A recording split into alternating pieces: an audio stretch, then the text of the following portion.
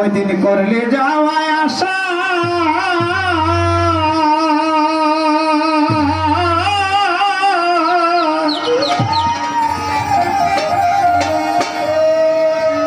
আমি কোন পাখির কথা বলতেছি? এই যে গাছে ডালে বসে থাকে ওই পাখি না, এই যে আমি কথা বলতেছি ইকবাল, সেটা হাওয়া নামের পাখি।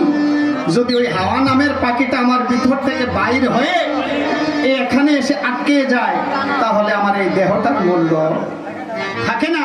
আবার যদি হাওয়া নামের পাখিটা আমার ভিতরে যে আমার ঘুমটা আটকে যায়, তাহলেও আমার এই দেহের কোনো মূল্য থাকে না। যদি ওই পাখিটা আসা যাওয়ার মাধ্যমে থাকতে পারে, তাহলে আমার এই দেহটা সোনার চেয়েও। ওই পাখির কথা বলেছি, যিনি কথা বলে তিনি স্রষ্টা। ওই স্রষ্টা যদি আমার মাঝখান থেকে চলে যায়, তাহলে আমি আর কথা বলার সাধ্য নাই। ওই পাখিটাকে কে চিনতে পারে? যারা একজন কামিল গুরুর অধীন হয়েছে, গুরুর গোলামি করেছে, শিষ্যের কাতার থেকে 3টা কাতার পার হয়ে যখন ভক্তের কাতারে চলে যাইতে পারলো, সেই মাত্র পাখির সন্ধান পাই। আর না হয় পাখির সন্ধান পাওয়ার না।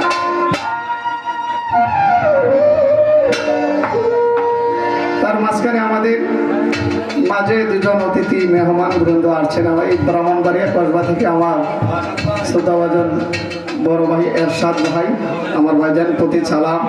দুলাল ভাই, তার প্রতি মিজান ভাই, ওনার প্রতিও সালাম রাখছে।